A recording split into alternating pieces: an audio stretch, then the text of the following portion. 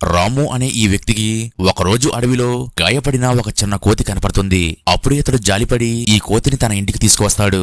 అయితే ఇతడికి పిల్లలు లేకపోవడంతో ఈ కోతినే తన కుమారుడిగా దత్తత తీసుకుంటాడు.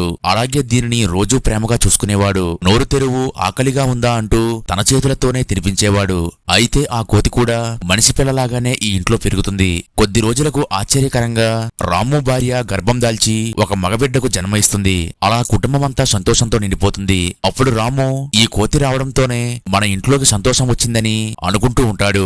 అలా కొద్ది రోజులు వీళ్ళు సంతోషంగానే ఉంటారు. కానీ 5 ఏళ్ల తరువాత ఆ కుటుంబంలో అనుకోని విపత్తు జరుగుతుంది. అదేంటంటే ఒకరోజు అకస్మాత్తుగా అదే గ్రామానికి చెందిన కొంతమంది దొండగులు రాము ఇంట్లోకి చొరబడతారు. కారణం చెప్పకుండానే వీళ్ళంతా కలిసి రాముని కత్తితో పొడిచి చంపేస్తారు.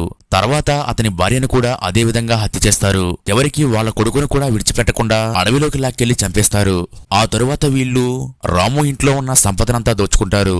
అయితే ఈ దారుణ హత్యలన్నింటినీ అక్కడే దాక్కుని ఉన్న కోతి తన కళ్ళతో చూస్తుంది. తనను పెంచిన కుటుంబం మొత్తం చనిపోవడంతో ఆ క్షణంలో ఈ కోతి తన కుటుంబాన్ని చంపిన ఈ హంతకులందరినీ తప్పకుండా చంపేయాలని నిర్ణయించుకుంటుంది. అయితే హత్య చేసిన వాళ్ళు మాత్రం ఏమీ జరగనట్టే జీవితం కొనసాగిస్తూ ఉంటారు. అలా 3 సంవత్సరాలు గడుస్తాయి.